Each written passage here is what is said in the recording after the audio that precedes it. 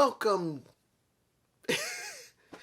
I know 100% my subscribers are mad because no advertisement for Rebellion or Impact Wrestling, but I have an idea. At the end of this review, if I don't forget, because sometimes I get too involved in this, there might be a reason. Now, mind you, this reason might not come to pass, and you have perfect right to get pissed at AEW, and I will be along with you. But there might be a reason why, and I'm going to say what it is at the end of this review. Now, I'm not going to be heavily detailed, but I am going to say my feelings about this. First match, Adam Page versus Ricky Starks. Now, I know a few people don't like Ricky, but you can't take anything away from the good work he does in the ring, except for this match. This match was not good. It wasn't bad, but it wasn't good, particularly at one point. You see Ricky Starks getting suplexed. No, not German suplexed. And he tried to flip back onto his feet, whacked the back of his head hard on the mat as his feet landed. I don't think I got a shot of that. I'll see if I can get it afterward while I'm doing the editing, but I don't think I caught it. It was a bad landing. He is lucky he's walking because he went like this. His neck got jacked after that flip. He tried to land it just right, and it didn't happen right. Now, I didn't expect Page to lose here. Adam Page is not going to lose to a Ricky Starks. I don't care who you are, ain't going to happen. And then you got Dark Order coming out. You got the rest of Team Taz coming out. I'm not surprised it happened. But it was what it was. And I'm not mad about it. I'm not happy. I'm not mad. It's just an okay match with a bad botch from Ricky Starks. Or you could say a bad botch from Adam Page. But I don't think so because Adam didn't tell him to flip. He wanted to do that flip. There you go. Now, Pentagon Jr. versus Trent. Honestly, I don't know why they went there with this. I don't know why that Pentagon Jr. went there with this. Now, Alex, his interpreter, I can't remember his last name, but he really feels really well done with an interpreter. He does. The guy speaks for him when he can't speak proper English. He fills in the blanks. This is what a lot of professional wrestlers who are Spanish, either Spanish or from Mexico or Puerto Rico, never spoken English, having an interpreter, someone speaking for them as their manager, their mouthpiece, really helps. This wasn't a bad match, and I didn't expect Penta not to win here. Same thing. Trent just came back, and it really doesn't give much. Now, mind you, now you're going to have him going against Orange Cassidy. I don't know what Penta is going to gain out of this except to go up in the rank, which does make some sense. You do want Penta to go up in the rank. So this is what you get. Now, we got the Pinnacle and we got the Inner Circle doing segments. Was it good for the Pinnacle? Yeah. It sounded good to hear Wardlow talk because out of anyone there, Wardlow barely talks. You know Spears can talk. You know Wheeler can talk. You know Dashwood can talk. MJF can talk. But seeing that Wardlow talk while they were sitting down with JR was actually very nice. Hearing him say, you know, Chris, you shouldn't start something. The minute you put my name in your mouth, you got yourself in trouble. And you know you got yourself in trouble. MJF is MJF. He just is a very good talker. He's one of the better talkers. One of the best talkers in the business. Not the best, but one of the best. There are more than a few there above him. And one of them has been released named Samoa Joe. You already seen my thoughts on Samoa Joe from the video that talks about the releases. That's just me. You tell me below. Now, when it comes to the Inner Circle, it was good to see Santana talk, not Ortiz. I know many people say, why are you not wanting to see Ortiz talk? Because I already seen Ortiz talk. Ortiz can talk. The person I want to see talk more is Santana. And he had his moment, and he talked very well. Saying that we saw your blood, Pinnacle, at Blood and Guts. We're going to be seeing more than that. We're going to see your heart. I know that Ortiz can talk, but Santana doesn't talk much. much. And seeing him go up against Moxley for the Eye and Eye storyline, that was the best time I saw him talk. But he hasn't been able to talk much, unless you do it on AEW Dark. But other than that, this is good to see. Now, I could say more about what happened, but it was typical to set up Blood and Guts. Chris is just Chris. You know he can talk well. Sorry if you hear somebody outside. It's pretty loud and pretty late at night. But I can tell you, seeing that both these guys are set up pretty well, both the Inner Circle and the Pinnacle is good. Now they're going to have a parlay next week, which that's going to end well.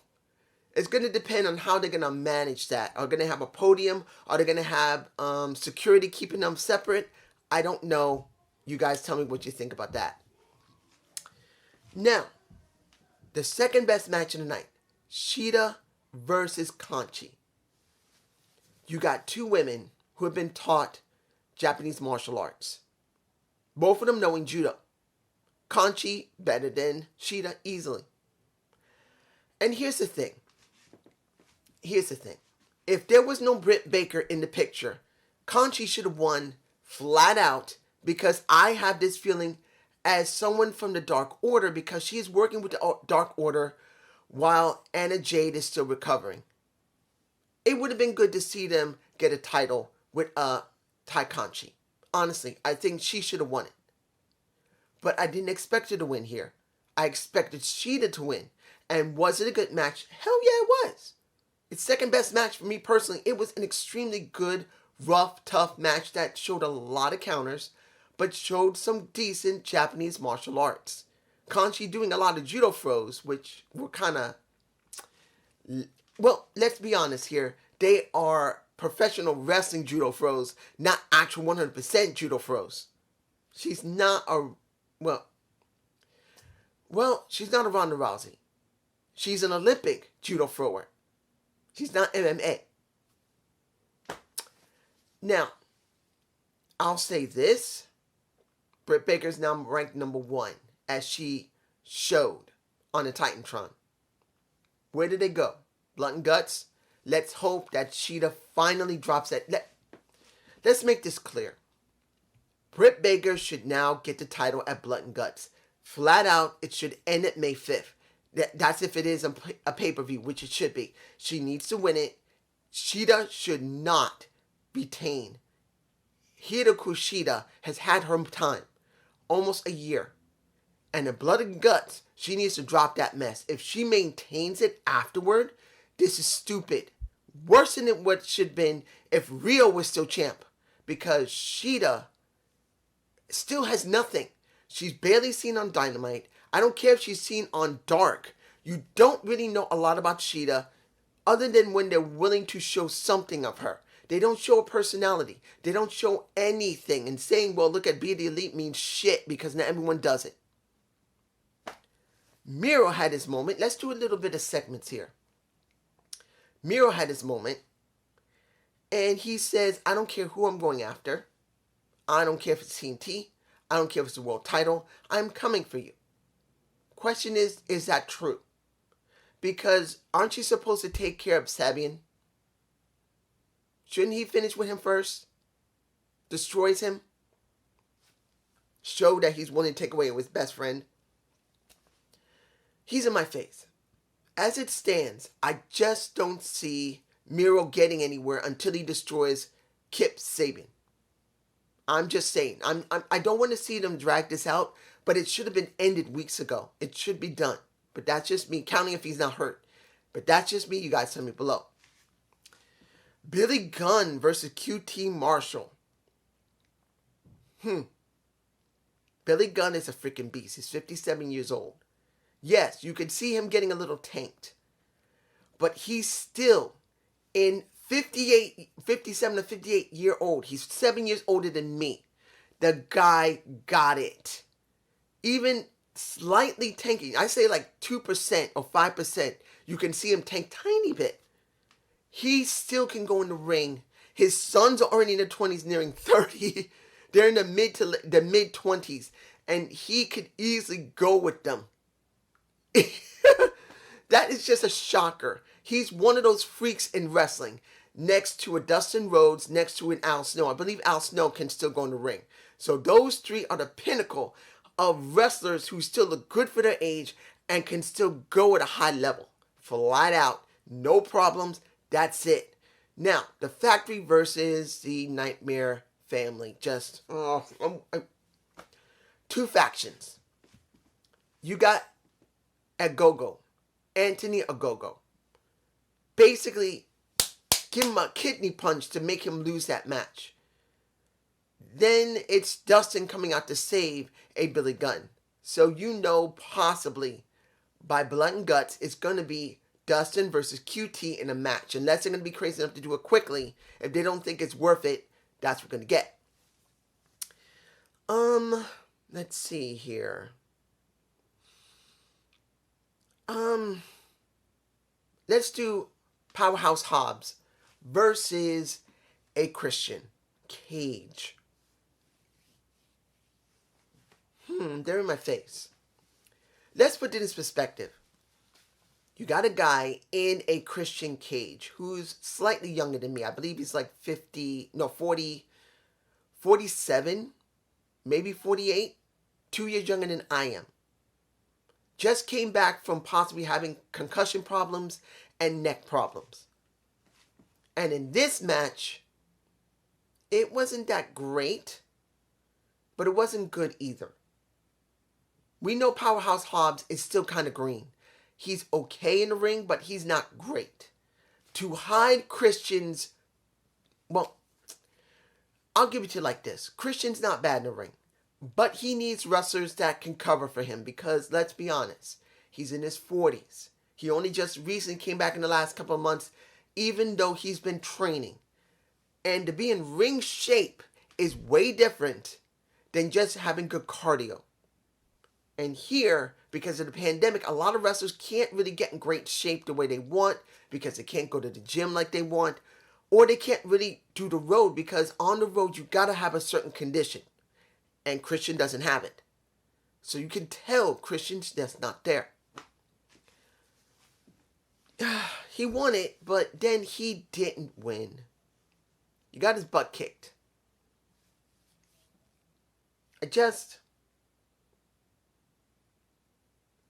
He didn't get interfered with.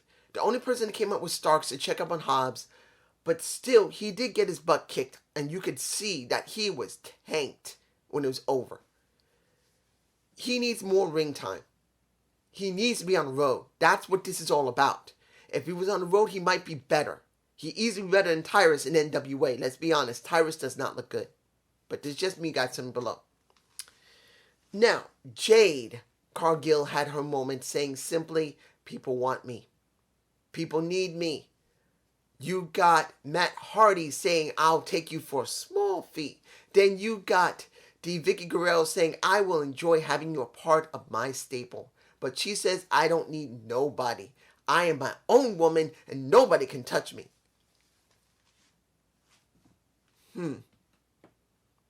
I let me Jade. Had to think about how do I want to describe Jade Cargill. She's beautiful, she's strong, and she's so green in the ring that AEW is going, hopefully does not make the same mistake they did with Red Velvet in her last match and make it go beyond 5 minutes. Because if she goes well beyond 5 minutes, her weakness shows. She's not ready yet for major wrestling. She's not. She's still green. I don't care if she's been in it for years. She just shows it. Promo skills. Also, as sexy as her ass is. And she's a mama, I believe, of 2. And she's like, I mean, look, she's in my face again. That body's just something everybody, male or female, wants. So multiple male and female want. But when it comes down to it, as sexy as her body is, and how cock diesel as she is, and how powerful she is in the ring, you can't hide when you do more than what you can handle.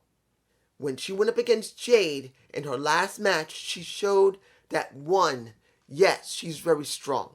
But 2, she's too inexperienced. Jade is better as a short wrestling match woman. That's what it comes down to. Red Velvet was leading that match. And I'm not taking anything away from Jade. She's still was able to do the work. But once she goes past a certain point, she begins to fall apart. I'm sorry. If you think that she's perfect, she's not. And the first 5 minutes, she's here. But then she starts going like this. Please, someone, make sure she doesn't go beyond 5 or 7 minutes. If she goes up to 10, that's bad until she gets really good at it. That's just me. You tell me below. And, let's see. Am I forgetting anything here? I think that's it. Final match of the night. We had TNT Championship, the best match of the night. Jungle Boy versus Darby Allin. You got Sting at ringside along with Luchasaurus.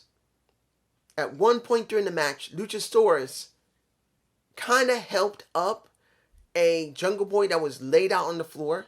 And there was a bad spill on the guardrail when Jungle Boy grabbed a Darby Allin. They flipped over. I don't think I got that shot. I'll see if I can get it. If I can't, well, I'm sorry. But they just flipped right over that guardrail, and that had to hurt. That was very rough. It was a damn good match. The best match of the night. And I enjoyed the match. And I'm not surprised that Jungle Boy did not win here. He's not supposed to win. He's not supposed to win. No matter how much you like Jungle Boy, and I do like him, he is not the right person. He's just not the one to win the TNT title. And then you see Ethan Page and I don't know why Ethan Page and Scorpio Sky come out.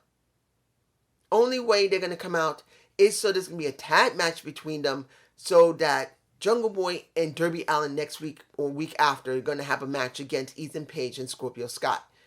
And honestly, why? I don't want to see Ethan Page with Scorpio Sky. They just finally broke away from being tag teamers, and now they're put together in a tag team on Dark. And I just don't know why. Why did they go there?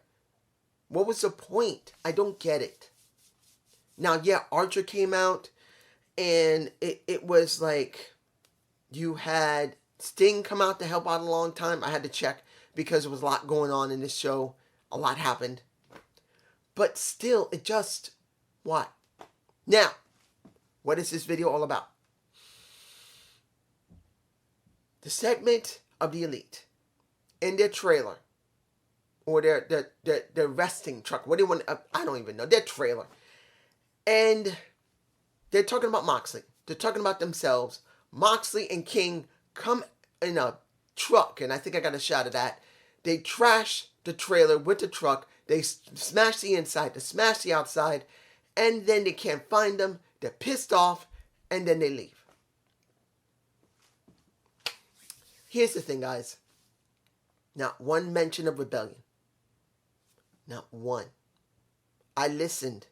I watched. If there was any time they spoke about it, you guys tell me below, because they did not. Now, this is what more than a few of my subscribers were talking about, that AEW is doing nothing to promote Impact Wrestling, and particularly Rebellion.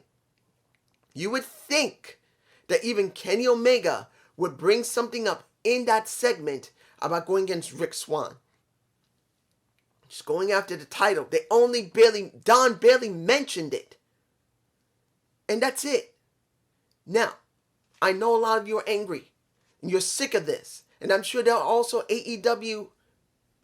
well, I'm sure there are fans of AEW and Impact that are angry that there's been no mention on AEW. But this is what I'm thinking. This, I'm sure, will not happen.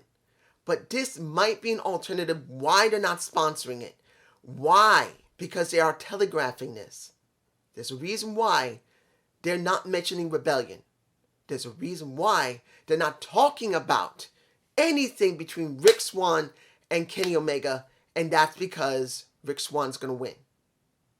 Rick Swann, because as it was when they first started all of this, when Kenny first came in, if you went to Twitch, it was 53,000 people on Twitch that were enthusiastic about AEW having any type of interaction with Impact Wrestling, because people knew 100% Impact Wrestling needed something extra. They need it. And then the rumors came out that it was going to be a one-time thing, and it hasn't. It's been months. But here's the thing, guys. There might be a reason why they're not sponsoring Impact Wrestling, because this might be an angle that has been done for years and it might not work, because there are many people who will not like an invasion angle. They won't. But this might be the reason why. Because maybe, just maybe, this is not what I'm thinking. And yes, AEW has not sponsored shit from Impact Wrestling, who has been letting them show themselves on their show. They let Kenny come out. They let Kenny comes out. You see I'm getting angry here. Calm down. Kenny Omega along with the Good Brothers, who keep going back and forth between AEW and Impact. Impact is allowing this. They're letting these video packages from Tony Khan and Tony Schiavone show up on their show. They're letting them do this. They're giving time to these guys. So if they do nothing with this, if they don't let Rick Swann win, then this really didn't help Impact one damn bit. It doesn't. Unless Moose, like I said months ago, unless Moose goes up against Kenny Omega at one of their pay-per-views and wins the damn title, this means fucking nothing. Because that's what this is going to come down to eventually. One of the Impact stars has to go on to AEW and get the title back. It should not be on Impact. It should be on AEW, because it will give Impact something. You'll have to have Impact people on AEW, and that will truly help them. If it doesn't happen, Impact gains nothing out of this. AEW gains a lot. But if they've been telegraphing what they've been wanting for a while now, that Rick Swann will win this. And to be honest, I'd rather not see Rick Swann win this, because I truly still believe that Kenny Omega could truly help the company if AEW sponsors them. But they're not. So this might be the reverse. They may be flipping the script, and it may be an invasion angle from Impact Wrestling to AEW. Or AEW onto Impact. You never know. This is what I'm thinking. Now, do I believe it will happen? No. And I do believe that Impact Wrestling has been hosed here by AEW. And the fans of Impact Wrestling and the fans of AEW have the right to be freaking pissed off that if you have a cooperation between two promotions, and one of those promotions is sponsoring you, an older promotion compared to your younger one, why are you not reciprocating back? You know it will make it better for both companies. But if Impact Wrestling, who's been around since 2002, who has an international following, that's letting you, AEW and Tony Khan, show your wares on their show, not just nationally, which they don't have a very good reach. Let's be honest, their reach is very weak in America. Canada is better. And the rest of the world, of international, going to Africa, the UK, maybe Australia, anywhere they're seen, they got a way better presence. So now they're being seen even more there. But still, if Impact gains nothing out of this for the national market, because this is still about the national market, guys. Impact Wrestling gains nothing out of this. You're going to have a lot of fans that's going to be shitting on the company. Like I said, what have I been telling you for months? If anyone goes down below and said this is unfair how Impact Wrestling's been treated, what have I been saying for a long time? Listen to me. I've been saying this for more than a year, that the brass in the back of Impact Wrestling do not know what the fuck they're doing if AEW does not help them in the situation. If this is all about AEW getting over and being seen internationally, and Impact Wrestling's helping them, and they gain nothing, and everyone doesn't like it, it completely and totally shows I've been right. I've been right for over a year now. The Impact's management is shit. Their booking is shit. Their management is shit. The position they are in Access TV is shit. It doesn't make a difference that AEW screwing them over. They let it happen. Again. Pro Wrestling Noah, Crash TV, AAA, Dragon Gate. How many more companies am I going to tell you that Impact Wrestling gave a shot at to work with? And yes, They had to win in certain cases on those Impact Plus or pay-per-views, but still, they gave those sponsorships to those companies, and what did Impact gain out of it? Zero. Now you got a company that is on TNT that has a strong following nationally. This is a chance for Impact to really be seen on a real national platform. And they got nothing out of it if Rick Swann doesn't gain the title. And I don't want him to gain the title. I'd rather see Kenny Omega gain the title, and especially Kenny Omega gains the title, and you see more Impact stars on AEW, which they're not doing. Just the Good Brothers. Just Father Mitchell for Penelope Forbes and Kip Sabian get married. That's it.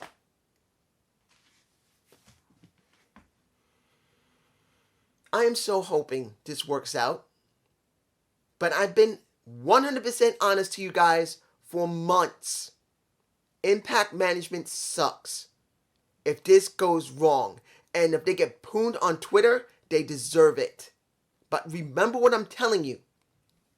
I'm hoping anyone who leaves a connection below, a comment, will listen to what I say, because I know that some of them are not going to listen to me and say, you still don't see it. This is still about AEW. No.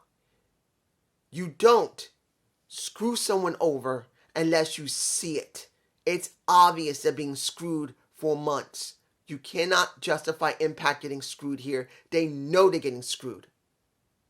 That's if, one, they start showing people after Rebellion along with Kenny and the Good Brothers. If there's nobody, you're screwed.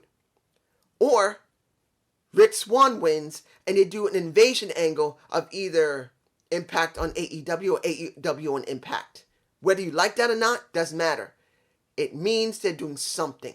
And if that doesn't happen, they've been screwed and they deserve it because they caused this on themselves. I hope you enjoyed this. I'm so frustrated with this. I hope you enjoy this Dynamite Delight. Please leave a comment below and look for my Impact Wrestling review tomorrow. Peace. And the Gump Report should come out tomorrow as well. There you go.